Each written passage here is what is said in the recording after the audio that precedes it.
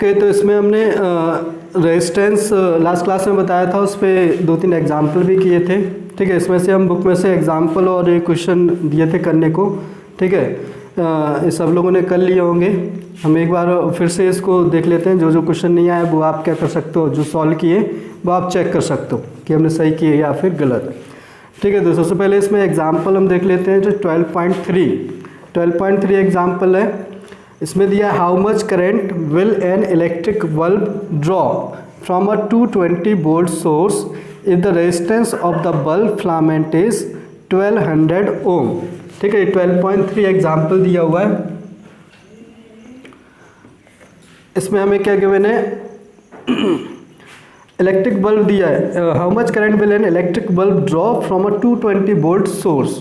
ठीक है, एक बल्ब है, उसके क्रॉस कितना लगाया, 220 वोल्ट हमने वोल्टेज लगाया हुआ है। If the resistance of the filament कितना दिया हुआ है, 1200 ओम। तो इसका वोल्टेज कितना हो गया, 220 वोल्ट, ये हो गया। ठीक है, और रेजिस्टेंस कितना हो गया, कितना रेजिस्टेंस, 1200 ओम। तो हमें बताना है कि कितना करंट ड्रॉ करेगा। V पता है, R पता है, करंट निकालना है। क्या करना है, I।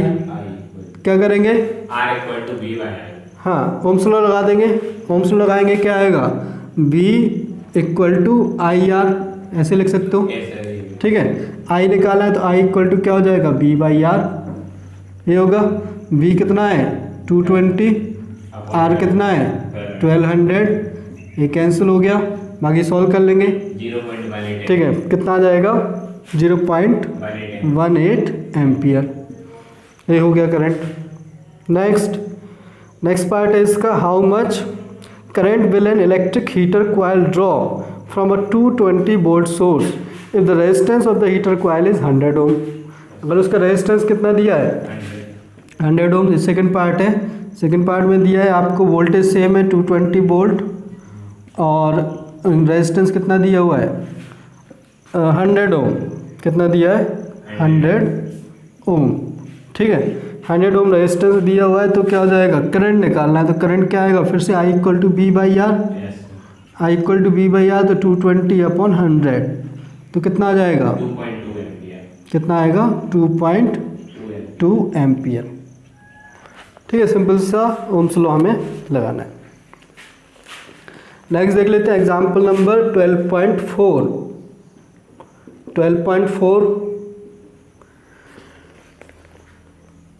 12.4 में क्या गिवन है, the potential difference between the terminals of an electric heater is 60 volt. एक इलेक्ट्रिक हीटर है, इसके टर्मिनल्स के अक्रॉस जो वोल्टेज है वो कितना है, 60 volt. When it draws a current of 4 ampere from the source, जब ये 4 एम्पियर करंट ड्रॉ करता है सोर्स से, किसी बैटरी से। What current will the heater draw if the potential difference is increased to 120 volt? तो इनिशियली कितना voltage दिया है, इनिशियली हमें वोल्टेज कितना दिया है, 60 वोल्ट। जब वोल्टेज कितना है, 60 वोल्ट है, तो कितना करंट ड्रॉ कर रहा है, 4 एम्पियर। ठीक है, कितना करंट ड्रॉ कर रहा है, 4 एम्पियर। ठीक है, तो हमें बताना है कि जब हम वोल्टेज कितना लगाएंगे, 120 वोल्ट लगाएंगे तो कितना करंट ड्रॉ करेगा। ठीक है, तो करंट कितना होगा, क्या करेंगे, अगर हमने इतना वोल्टेज लगाया तो इतना करंट ड्रॉ किया, तो इतना वोल्टेज लगाएंगे तो कितना करंट ड्रॉ करेगा। ठीक है, अब एक तरीका तो ये है कि आप क्या लगाओ, ओम्स लॉ लगाओगे तो रेजिस्टेंस निकाल लो, V अपॉन आई करके रेजिस्टेंस निकालो और फिर यहाँ पे वैल्यू रख दो उसकी। दूसरा तरीका सीधा ओम्स लॉ लगाओ। अगर ये ओम्स लॉ को फॉलो कर रहा है तो V अपॉन आई कॉन्स्टेंट रहेगा, नहीं रहेगा, और V अपॉन आई कॉन्स्टेंट रहेगा तो पहले का V upon I equal to बाद वाले का V अपॉन आई, नहीं होगा, रेजिस्टेंस कैलकुलेट करने की जरूरत ही नहीं है।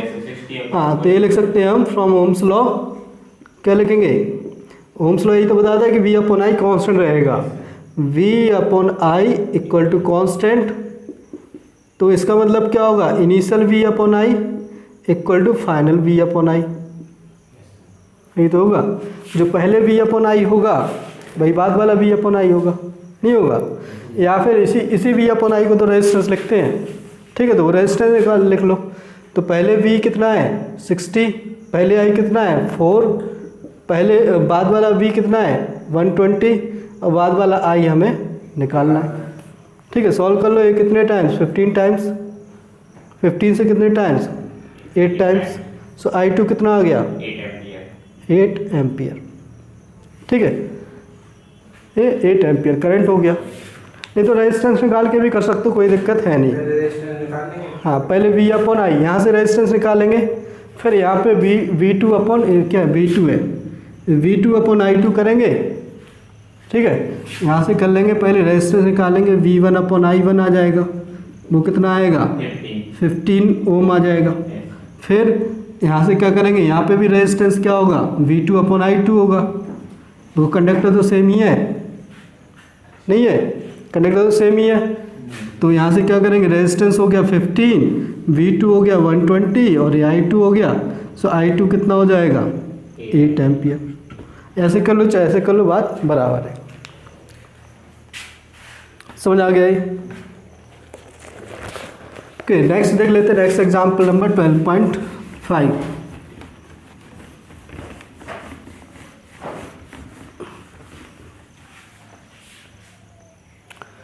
नेक्स्ट है 12.5 एग्जाम्पल।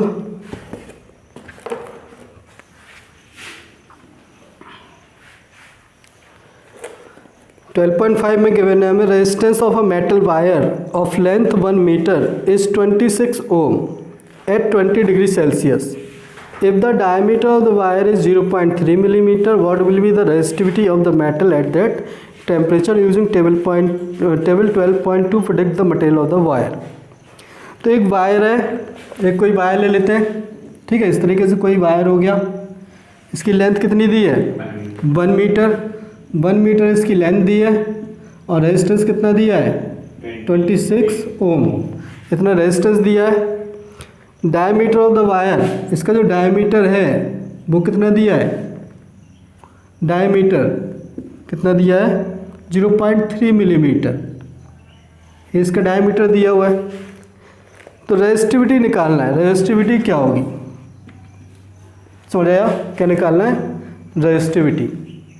ठीक है, तो रेजिस्टिविटी निकालना, हमें लेंथ पता है। क्या क्या पता है वो लिख लेते हैं पहले। लेंथ कितना होगा? 1 मीटर। लेंथ पता है। एरिया, एरिया कहाँ से आएगा? पहले डायमीटर से रेडियस निकालना पड़ेगा। ठीक है, रेडियस कितनी होगी इसकी? यहाँ से रेडियस निकालेंगे, डायमीटर का हाफ 0.3 डिवाइड बाई 2 कितना आएगा? 0.15 इतना मिलीमीटर रेडियस होगी। ठीक है, तो लेंथ एरिया निकालना है। एरिया क्या होगा? इस सर्कुलर क्रॉस सेक्शन का फॉर्मूला लगा सकते हैं, क्या आ जाएगा? पाई आर स्क्वायर। यही होगा? नहीं होगा? पाई आर स्क्वायर, पाई और ये कितना हो जाएगा? पाई आर स्क्वायर। आर की वैल्यू कितना होगा? पाई की वैल्यू रख सकते हैं 22/7। आर की वैल्यू कितना होगा? 0.15 इंटू 10⁻³ इसका स्क्वायर। यही तो होगा मिलीमीटर में। अब इसको सॉल्व कर लो तो यहाँ से एरिया आएगा कितना आ जाएगा? एरिया रख सकते हो यहाँ पर। ठीक है, एरिया कैलकुलेट कर लोगे, यहाँ से कैलकुलेट कर लेंगे, इसको मल्टीप्लाई करना है और रेजिस्टिविटी निकालना। रेजिस्टेंस का फॉर्मूला लगा देंगे। रेजिस्टेंस का फॉर्मूला क्या होगा?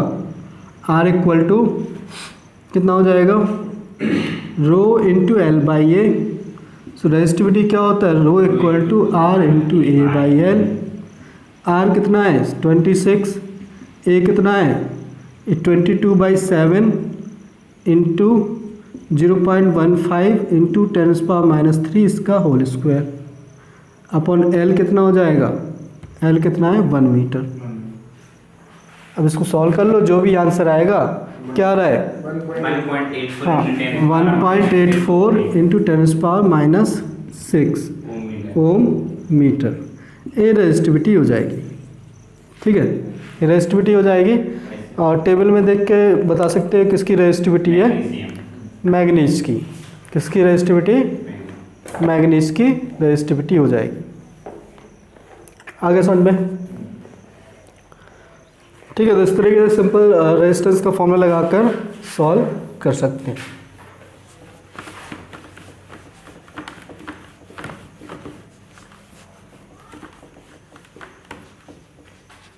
नेक्स्ट देख लेते हैं क्वेश्चन नंबर 12.6।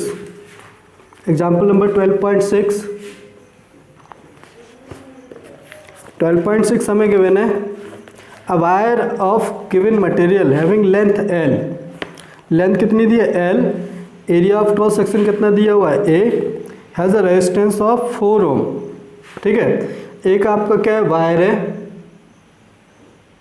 जिसकी लेंथ है एल, क्रॉस सेक्शनल एरिया है ए, और इसका जो रेजिस्टेंस दिया है कितना 4 ओम।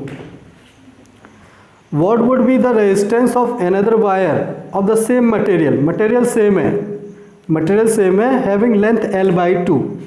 इसकी लेंथ l/2 है। एक और वायर लिया जिसकी लेंथ क्या है l/2, इसकी लेंथ का हाफ है।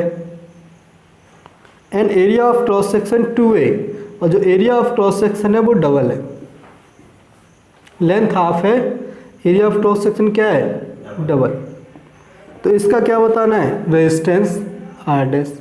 मटेरियल क्या है दोनों का सेम, मटेरियल कितना है सेम है। ठीक है, तो मटेरियल सेम है तो क्या सेम होगा इनका रेजिस्टिविटी सेम होगी। ठीक है, मटेरियल सेम का मतलब दोनों की रेजिस्टिविटी क्या होगी, मतलब दोनों सेम मटेरियल के हैं। जैसे दोनों क्या हो गए कॉपर के हो गए, तो कॉपर की रेजिस्टिविटी तो फिक्स होगा नहीं होगा।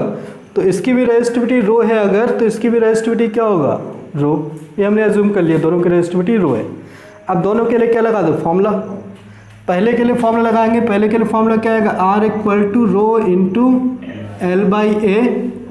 ए इसकी वैल्यू कितनी है R की 4, ये क्या हो जाएगा 4। ये फर्स्ट के लिए हो गया, इसका रेजिस्टेंस 4 दिया है ना। अब इसके लिए इसका रेजिस्टेंस R डैश हमें कैलकुलेट करना है। R डैश क्या होगा रो इंटू इसकी लेंथ कितनी है l/2, एरिया 2a। ठीक है, 2 से 2 कटेगा थोड़ी, ये 2 नीचे आएगा तो ये कितना हो जाएगा 2 to 4 1/4 into rho into L/A। Rho into L/A की वैल्यू कितनी है 4 नहीं है, इसकी वैल्यू उठा के रख देंगे यहाँ से। ठीक है, यहाँ से वैल्यू रख दो यहाँ पर, तो कितना होगा 1/4 इंटू 4 कट गया तो कितना आ गया 1 ओम। ठीक है, तो जो आपका एक कंडक्टर है उसका रेजिस्टेंस कितना होगा 1 ओम। ठीक है, सिंपल सा क्वेश्चन है, आराम से सॉल्व कर सकते हैं। ठीक है, तो सिंपल क्वेश्चन है। आपका फॉर्मूला आपका दो ही है, एक ओम्स लॉ और R = रो इंटू L/A। दोनों फॉर्मूले के यूज करके सॉल्व करना है। ठीक है, आगे देख लेते हैं इसके इंटेक्स्ट क्वेश्चन जो दिए हैं वो और देख लेते हैं।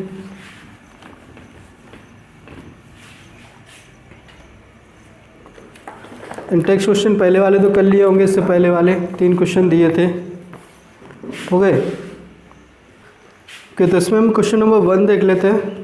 फर्स्ट क्वेश्चन दिया है इंटेक्स्ट क्वेश्चन में, on what factors does the resistance of a conductor depend. एक कंडक्टर का रेजिस्टेंस किन किन चीज़ों पर डिपेंड करता है 4 चीज़ें बताई थी।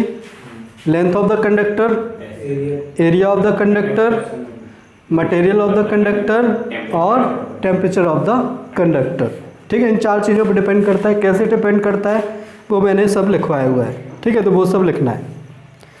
Question number 2, will current flow more easily through a thick wire और a thin wire of the same material when connected to the same source Y.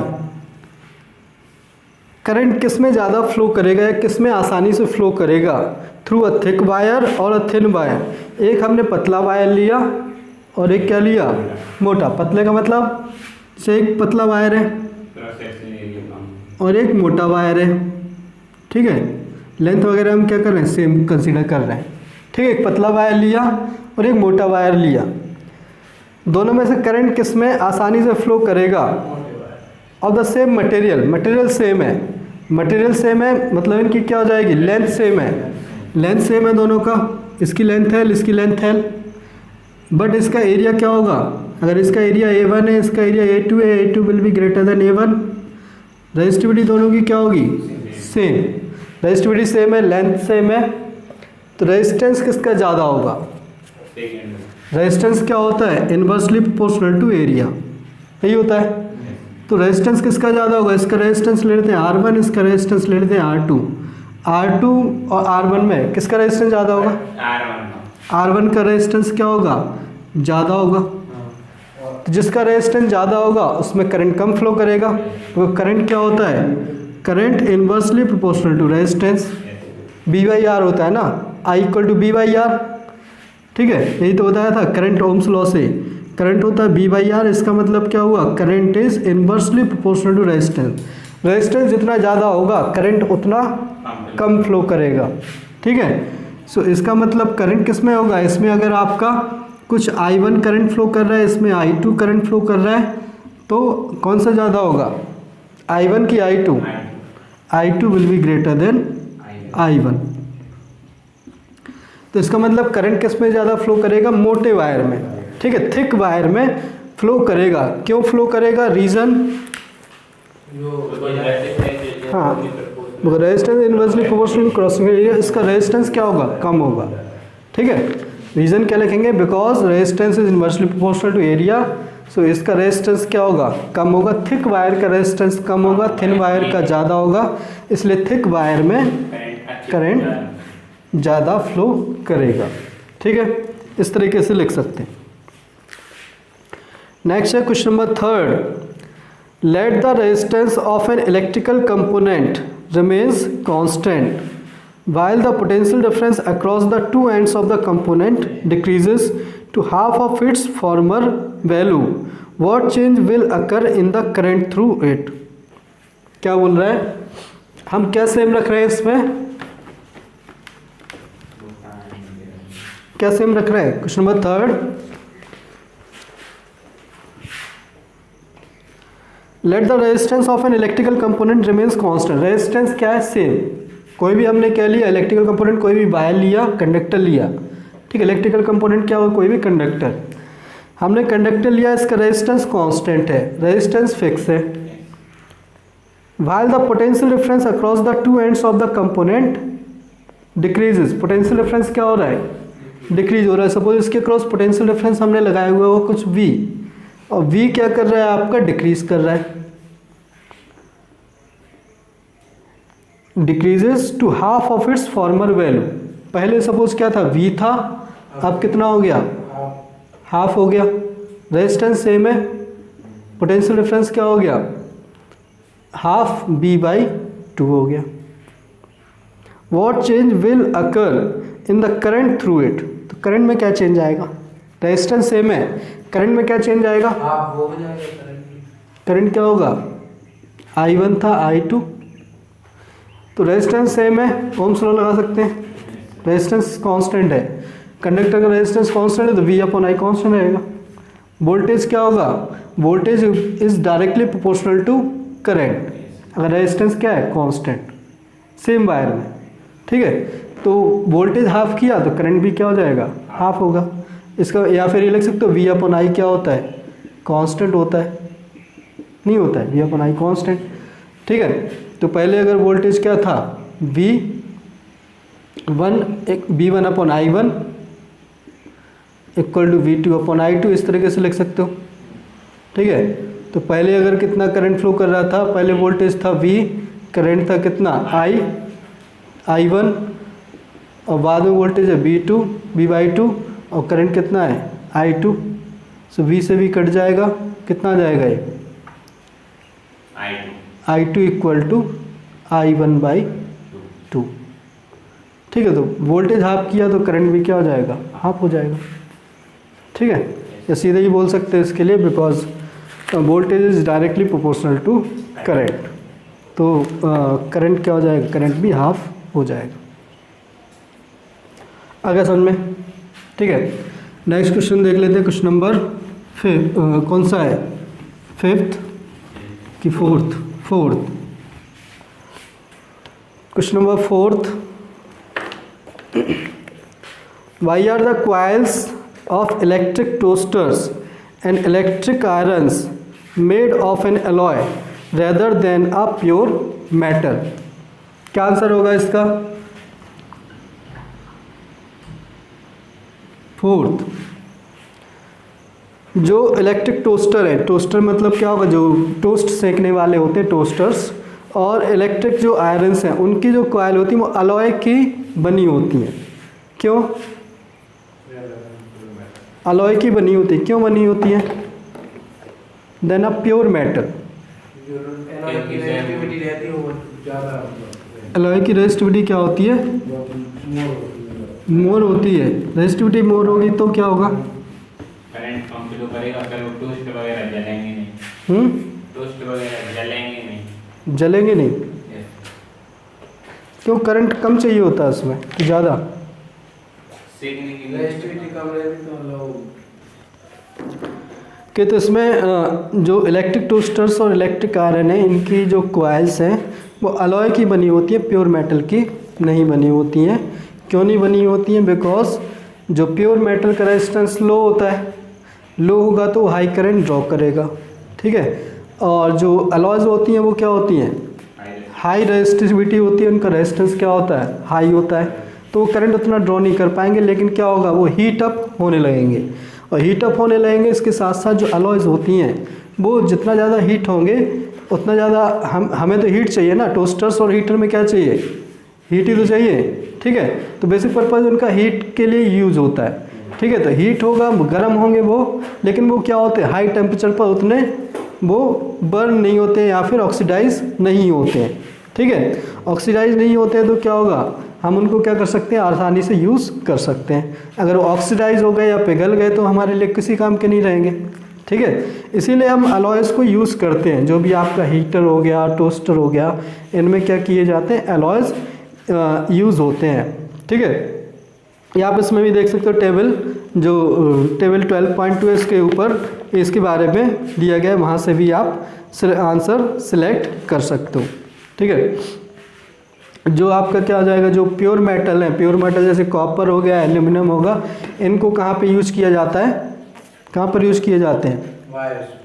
Wires में यूज़। जो नॉर्मल आपके जो इलेक्ट्रिसिटी ट्रांसमिशन के लिए यूज़ होते हैं वहाँ पे कॉपर, जैसे घरों में जितने भी केबल्स और वायर्स होते हैं वो किसके बने होते हैं? जनरली कॉपर के। और जैसे जो पोल्स के बीच में जो होते हैं वो किसकी बनी होती है? एल्यूमिनियम की, ठीक है। वो एल्यूमिनियम की बनी होती है, एल्यूमिनियम भी प्योर मेटल है, ठीक है, उसके बने होते हैं। तो इलेक्ट्रिसिटी ट्रांसमिशन के लिए यूज़ होता है। लेकिन जहाँ पे आपको हीट चाहिए, लार्ज अमाउंट ऑफ हीट चाहिए, तो फिर वहाँ पे हाई रेजिस्टेंस की आप मेटल्स लेते हो। और हाई रेजिस्टेंस की मेटल, प्योर मेटल तो का तो रेजिस्टेंस हाई नहीं होगा, ठीक है। तो अलॉयज़ हम बनाते हैं। अलॉयज़ कुछ अलॉयज़ दी हुई हैं जो मोस्ट कॉमनली यूज्ड जो अलॉयज़ होती हैं वो कौन कौन सी होती हैं? नाइट्रो। हाँ, ये आपकी सबसे ज़्यादा यूज़ होती है। लैब में भी जो वायर्स होते हैं इन्हीं के बनाए जाते हैं। वो है आपकी नाइक्रोम, ये सबसे ज़्यादा यूज़ होते हैं। नाइक्रोम, कॉन्स्टेंटन और मैंगनीज, ये सबसे ज़्यादा यूज़ होने वाली अलॉयज़ है, ठीक है। इसके अलावा जो ये अलॉयज़ होती हैं, ये ओम्स लॉ को, इनका रेजिस्टेंस क्या होगा, टेम्परेचर के साथ बहुत ज़्यादा वेरी नहीं करता है, ठीक है। इनका जो रेजिस्टेंस है वो टेम्परेचर के साथ बहुत ज़्यादा चेंज नहीं होता है, ठीक है। और ओम्स लॉ को भी आसानी से फॉलो कर लेती है हायर टेम्परेचर पर, समझ आया। इसलिए ये अलॉय जनरली हम क्या करते हैं, यूज़ करते हैं, ठीक है, एट हाई टेम्परेचर, समझ आया। तो आंसर लिख लोगे, आंसर आप इसी में से सिलेक्ट कर सकते हो। ये टेबल 12.2 के ऊपर आपको दिया गया है, resistivity of an alloy is generally higher than that of its constituent metals. जो पैराग्राफ के मैंने इसमें से लिख सकते हो। And alloys do not oxidise readily at higher temperature, for this reason they are commonly used in electrical heating devices like electric car and toasters etcetera, ठीक है, ये लिख सकते हैं, समझ आया। नेक्स्ट क्वेश्चन देख लेते हैं हम, question number 5th।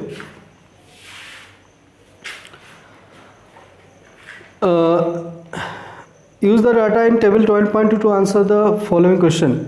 Which among iron and mercury is a better conductor? Iron और मरकरी में कौन अच्छा कंडक्टर होगा, उसकी रेजिस्टिविटी के अकॉर्डिंग बता सकते हैं, ठीक है। टेबल 12.2 में देखोगे आयरन और मरकरी में किसकी रेजिस्टिविटी हाई है? मरकरी की रेजिस्टिविटी क्या है, लो है। मरकरी की रेजिस्टिविटी लो है कि हाई? हाई है। और आयरन की लो है। तो आयरन और मरकरी में कौन सा अच्छा कंडक्टर है? आयरन आयरन अच्छा कंडक्टर होगा जिसकी रेजिस्टिविटी क्या है? कम। ठीक है। और जिसकी रेजिस्टिविटी ज़्यादा है वो बैड कंडक्टर। ठीक है, गुड कंडक्टर बैड कंडक्टर लिख सकते हैं ऐसे। गुड कंडक्टर कौन से होंगे? गुड कंडक्टर जिनकी रेजिस्टिविटी क्या है? लो रेजिस्टिविटी होगी, लो रेजिस्टिविटी। और बैड कंडक्टर कौन से होंगे? A high resistivity, high resistivity. Table में से सिलेक्ट कर सकते हैं। ठीक है, वैल्यू हमें ध्यान नहीं रखना है, बस ये ध्यान रखना है कि कौन से गुड कंडक्टर होंगे, कौन से बैड कंडक्टर्स होंगे। ठीक है, इंसुलेटर तो फिर इंसुलेटर ही होंगे असल में। इसके अलावा नेक्स्ट क्वेश्चन दिया है, which material is the best conductors? कौन सा मटेरियल बेस्ट कंडक्टर है? कौन सा है? सिल्वर। ठीक है, टेबल के अकॉर्डिंग सिल्वर की जो रेजिस्टिविटी है वो क्या होगा? सबसे कम होगा। ठीक है, हाँ, रेजिस्टिविटी क्या होगा? सबसे कम, इसलिए सिल्वर क्या होगा? बेस्ट कंडक्टर होगा। समझ आ गया? ठीक है, तो ये क्या थे आपके बेसिकली सिंपल क्वेश्चन थे। पॉज करो। नेक्स्ट इसमें हम देख लेते हैं यूजेस ऑफ कंडक्टर्स। जो डिफरेंट टाइप के कंडक्टर्स हैं उनका कहाँ पर यूज़ होता है इन जो क्या हो जाएगा करंट इलेक्ट्रिसिटी में करंट सप्लाई करने में, या फिर किसी भी डिवाइस में कौन सा जो कंडक्टर्स होंगे उनका डिवाइस में यूज़ होगा, कौन सा कंडक्टर होगा जिसका पावर सप्लाई में यूज़ होगा। हेडिंग डाल लेते हैं यूजेस ऑफ डिफरेंट कंडक्टर्स।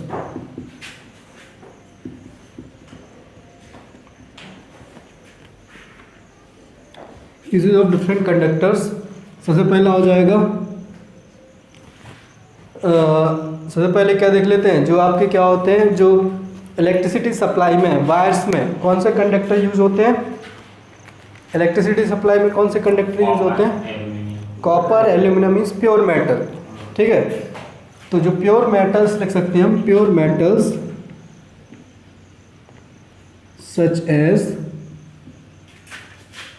क्या हो जाएगा? Copper, aluminium etcetera are used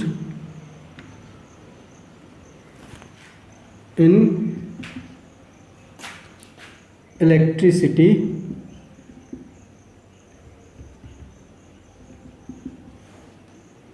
या फिर इलेक्ट्रिसिटी लिख सकते हो पावर सप्लाई, पावर ट्रांसमिशन। ठीक है, मीन्स इलेक्ट्रिसिटी सप्लाई में, पावर सप्लाई में क्या होता है, यूज़ होते हैं। ठीक है, एल्यूमिनियम हो गया, कॉपर हो गया, जनरली यही यूज़ होते हैं, कॉपर और एल्यूमिनियम मेटल्स। ठीक है, ये क्या होते हैं आपके गुड कंडक्टर होते हैं और इनमें इनका रेजिस्टेंस क्या होगा? लो होगा, तो आसानी से इनमें क्या हो सकती है? इलेक्ट्रिसिटी सप्लाई हो सकती है बिना किसी लॉस के।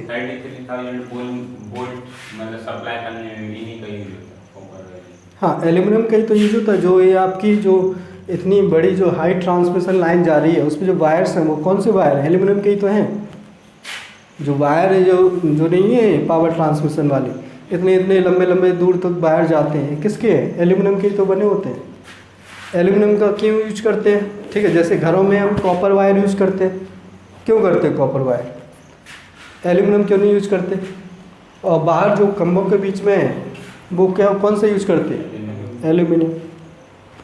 क्यों करते हैं ऐसे? क्यों करते हैं? रेजिस्टिविटी किसकी ज़्यादा होती है? एल्यूमिनियम की, कॉपर की? एल्यूमिनियम की रेजिस्टिविटी ज़्यादा होती है, मतलब रेजिस्टेंस ज़्यादा होगा तो करंट कम फ्लो कराएगा। और कॉपर की रेजिस्टिविटी क्या होती है? अच्छी होती है। ठीक है, तो बाहर भी हम कॉपर यूज कर सकते हैं, नहीं कर सकते? कर सकते हैं। फिर भी कॉपर क्यों नहीं करते हैं बाहर यूज? बाहर तो एल्यूमिनियम ही करते हैं। सस्ता होता है। हाँ, एक तो रीज़न यही है, सस्ता है। ठीक है, हाँ सस्ता है, एक तो एक रीज़न हो गया कि सस्ता है। मेल्टिंग पॉइंट नहीं, वो तो करंट तो क्या होगा, बहुत सर वो तो गुड कंडक्टर में आता है, ठीक है।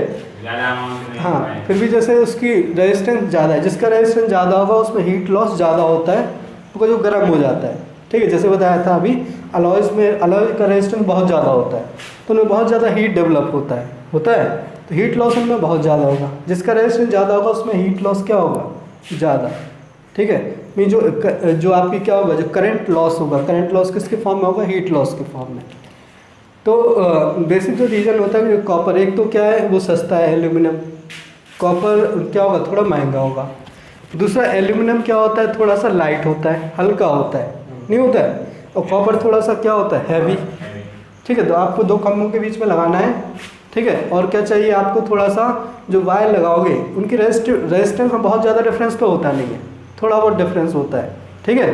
तो उतना तो क्या होगा, कंप्रोमाइज़ हो जाता है। लेकिन क्या होगा, जब आप उतना मोटा, जैसे इतना मोटा वायर लगाओगे तो कॉपर का वायर क्या होगा, हैवी रहेगा, तो वो क्या होगा, उसके पीछे झूल जाता है, ठीक है। लेकिन एल्यूमिनियम का वायर क्या होगा, उतना नहीं झूलेगा। जैसे गर्मियों में भी क्या होता है, वो वायर झूलने लगते हैं, नहीं झूलने लगते, ठीक है। तो जो एल्यूमिनियम इतना हल्का होकर भी झूलने लगता है, तो और किसी मटेरियल का लगाओगे वो तो और क्या होगा, और झूलने लगेंगे, और टूट भी सकते हैं, अपने वेट की वजह से टूट सकते हैं। बिकॉज हम मोटा वायर लगाते हैं, खम्भों के बीच में मोटा वायर लगाते हैं, क्योंकि जिससे उसका रेजिस्टेंस क्या हो जाए, कम हो जाए। वो एरिया बढ़ाएंगे तो तभी तो रेजिस्टेंस कम होगा, ठीक है। तो मोटा वायर लगाना होता है, समझ रहे आप। ये बेसिकली रीज़न होता है, बिकॉज उसका जो वेट होता है थोड़ा सा ज़्यादा होता है कॉपर का, एल्यूमिनियम क्या होता है, हल्का होता है, ठीक है। ये बेसिकली इसीलिए जो ये आपकी क्या होगा, जैसे पावर प्लांट से लेके यहाँ तक अपने घरों तक एल्यूमिनियम के वायर ही तो लगे होते हैं, ठीक है। जो मोटे मोटे वायर होते हैं इसके थोड़ी होते हैं, किसके, कॉपर के। कॉपर का लगाएंगे तो क्या होगा, वही सरकार बर्बाद हो जाएगी, ठीक है, इतना महंगा आएगा वो, ठीक है। तो जो आपके जो घरों में होता है, घरों में तो कितना पतला सा वायर चाहिए होता है, ठीक है। तो उतना वायर क्या होगा, और अच्छा करंट उसमें फ्लो कर सकता है, इसलिए घरों में हम कॉपर वायर यूज कर सकते हैं आराम से, ठीक है।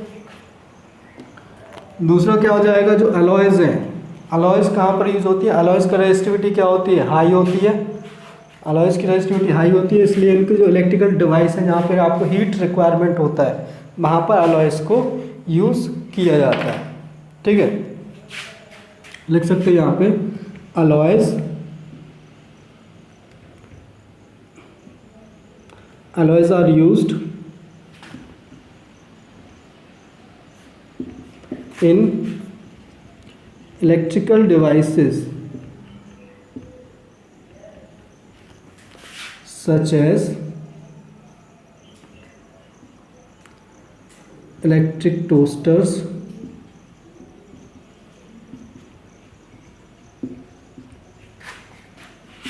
electric iron, हीटर्स,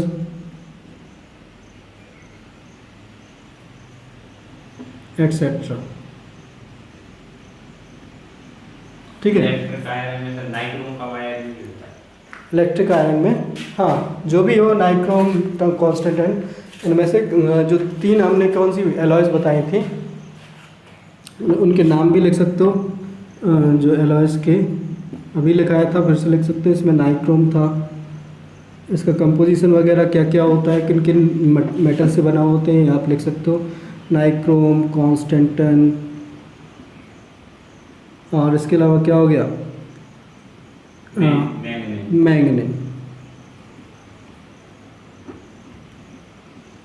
ठीक है। इनका कंपोजिशन दिया हुआ है, किससे मिलके बने होते हैं। जो आपका क्या होता है, नाइक्रोम होता है, उसमें वो निकेल, क्रोमियम, मैंगनीज और आयरन का अलॉय होता है, ठीक है। इसके अलावा आपका जो क्या हो जाएगा, मैंगनीज होगा, वो कॉपर, मैंगनीज और निकल का अलॉय होता है, और कॉपर और निकल का अलॉय होता है कांस्टेंटन, ठीक है। जो मेन मेटल है वो क्या होती है, कॉपर होगी कांस्टेंटन में, मैंगनीज में क्या होगी, मेन मेटल कॉपर होगी, और इसके अलावा नाइक्रोम में जो मेन मेटल होगी वो क्या होगी, आयरन, ठीक है। नाइक्रोम किसका वायर होता है, आयरन का।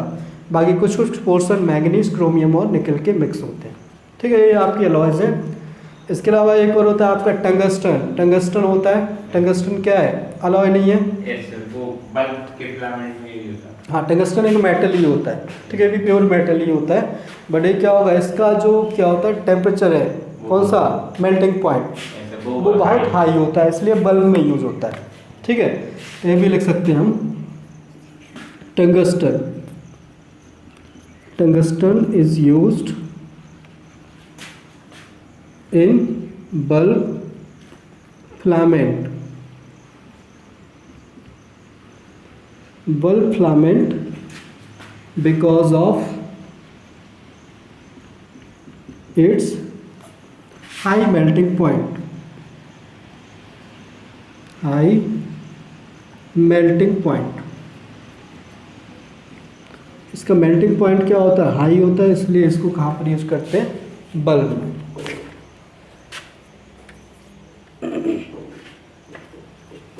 समझ आ गया? तो इस तरीके से क्या है, डिफरेंट यूजेस है जो हम क्या रख सकते हैं, ध्यान रख सकते हैं, कभी पूछा जाता है तो हम लिख सकते हैं।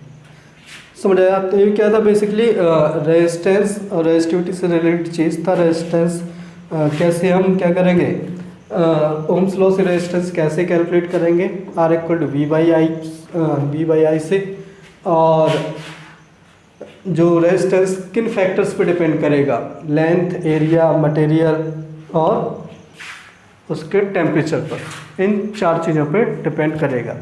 क्या रेजिस्टेंस वोल्टेज और करंट पे डिपेंड करेगा? किसी कंडक्टर का रेजिस्टेंस उसके अक्रॉस कितना पोटेंशियल डिफरेंस है उस पर डिपेंड करेगा? नहीं करेगा रेजिस्टेंस। ठीक है, जैसे हमने बताया था एक कंडक्टर है, इसके अक्रॉस हमने क्या लगाया, कुछ पोटेंशियल डिफरेंस लगाया, 10 वोल्ट, 20 वोल्ट, ठीक है, 20 वोल्ट लगाया। इसका रेजिस्टेंस दिया हुआ है कितना, 2 ओम। हमने इसके अक्रॉस पोटेंशियल डिफरेंस चेंज कर दिया, कितना, 40 वोल्ट। तो इसका रेजिस्टेंस कितना हो जाएगा, रेजिस्टेंस में चेंज आएगा, रेजिस्टेंस कितना हो जाएगा इसमें? सेम मटेरियल का है तो नहीं है। हाँ, मटेरियल सेम ही है, वही सेम है, तो नहीं वही सेम कंडक्टर है। पोटेंशियल डिफरेंस चेंज कर दिया हमने, इसके रेजिस्टेंस पे क्या फ़र्क पड़ेगा? नहीं आएगा रेजिस्टेंस। रेजिस्टेंस पे कुछ फ़र्क पड़ेगा? जो कंडक्टर का रेजिस्टेंस है वो पोटेंशियल डिफरेंस पे डिपेंड करता है, no sir. But ohm's law के अकॉर्डिंग तो करता है, R = V/I, ये तो लिखते हैं ओम्स लॉ में। तो इसके अकॉर्डिंग तो क्या होगा, अगर V चेंज होगा तो रेजिस्टेंस चेंज होना चाहिए, नहीं होना चाहिए? होने चाहिए। लेकिन ऐसा नहीं होता है, रेजिस्टेंस ना तो V पे डिपेंड करता है ना I पे डिपेंड करता है। किस पे डिपेंड करता है? जो 4 फैक्टर्स लिखे थे, इसीलिए तो अलग से लिखा था कि रेजिस्टेंस किस पे डिपेंड करेगा, उसकी लेंथ पर, उसके एरिया पर, उसके मटेरियल पर और टेम्परेचर पर। हमने जो ओम्स लॉ डिफाइन किया था, आपने ओम्स लॉ ढंग से नहीं पढ़ा होगा। ओम्स लॉ जब हमने बताया था कि जो V/I का रेशो क्या होता है, कांस्टेंट। किसके लिए कांस्टेंट होता है? कंडक्टर के लिए। एट कांस्टेंट टेम्परेचर पर कंडक्टर के लिए कांस्टेंट होगा। ये जो कांस्टेंट चीज़ होता है वो क्या होता है, उसका रेजिस्टेंस। और वो किसकी प्रॉपर्टी होता है? कंडक्टर की प्रॉपर्टी होता है, ना कि V और I की। उसको V और I से मतलब नहीं होता है, समझ आया? उसको V और I से आप V और I कुछ भी करते रहो, कंडक्टर का रेजिस्टेंस क्या आता है, कांस्टेंट। ओम्स लॉ में हमने सबसे पहले एक्सपेरिमेंट यही तो किया था, V और I चेंज कर रहे थे लेकिन उसका रेजिस्टेंस चेंज हो रहा था, नहीं हो रहा था। ठीक है, तो रेजिस्टेंस सेम रहता है, तो रेजिस्टेंस कंडक्टर की प्रॉपर्टी है। जब तक वो कंडक्टर चेंज नहीं होगा तब तक उसका रेजिस्टेंस चेंज नहीं होगा। और दूसरी चीज़ बताया था हमने, एक और, करंट की डायरेक्शन पर डिपेंड कर सकता है, नहीं कर सकता है कि करंट किस डायरेक्शन में फ्लो कर रहा है। बिकॉज जो रेजिस्टेंस पढ़ रहे हैं हम, कौन सा रेजिस्टेंस है, इलेक्ट्रिकल रेजिस्टेंस। किसके लिए? करंट के लिए। तो करंट की डायरेक्शन चेंज होगा तो उसका जो पाथ में जो रेजिस्टेंस आएगा वो भी चेंज हो जाएगा, तो उस पर डिपेंड करेगा। लेकिन अगर कंडक्टर सेम है तो उसका रेजिस्टेंस क्या रहेगा, सेम रहेगा। ठीक है, ये कंडक्टर की प्रॉपर्टी है। V और I कुछ भी करते रहो, उससे कुछ फ़र्क नहीं पड़ने वाला। ठीक है, तो जब तक कंडक्टर चेंज नहीं होता और टेम्परेचर चेंज नहीं होता तो उसका रेजिस्टेंस चेंज नहीं होगा। ठीक है, ये जो कॉमन सी गलती है जो जनरली कर देते हैं, ठीक है, कि रेजिस्टेंस पोटेंशियल डिफरेंस पे, बिकॉज हमें ये फॉर्मूला पता होता है ना, R = V/I। तो किसी ने बोला कि V को चेंज करेंगे तो रेजिस्टेंस चेंज हो जाएगा, नहीं हो जाएगा, ऐसा नहीं होता है। इसलिए रेजिस्टेंस चार ही पैरामीटर पर डिपेंड करता है, उसकी लेंथ, एरिया, मटेरियल और टेम्परेचर। मीन्स पूरा किस पे, कंडक्टर पर और टेम्परेचर पर। बस ये चीज़ ध्यान रखना है, और किसी चीज़ पे डिपेंड नहीं करेगा। कैसे भी आप V चेंज कर लो, I चेंज कर लो, उसका रेजिस्टेंस चेंज नहीं होगा। ठीक है, तो रेजिस्टेंस और उसकी क्या था, पूरी कहानी था। नेक्स्ट क्लास में हम क्या करेंगे, नेक्स्ट क्लास में हम combination of resistance circuits discuss करेंगे। ठीक है, जो रेजिस्टेंस है वो डिफरेंट टाइप के रेजिस्टेंस है, उनको कैसे सर्किट्स में कनेक्ट करते हैं, सर्किट में कैसे यूज़ करते हैं, वो सब हम क्या करेंगे यहाँ पर डिस्कस करेंगे। समझ आ गया?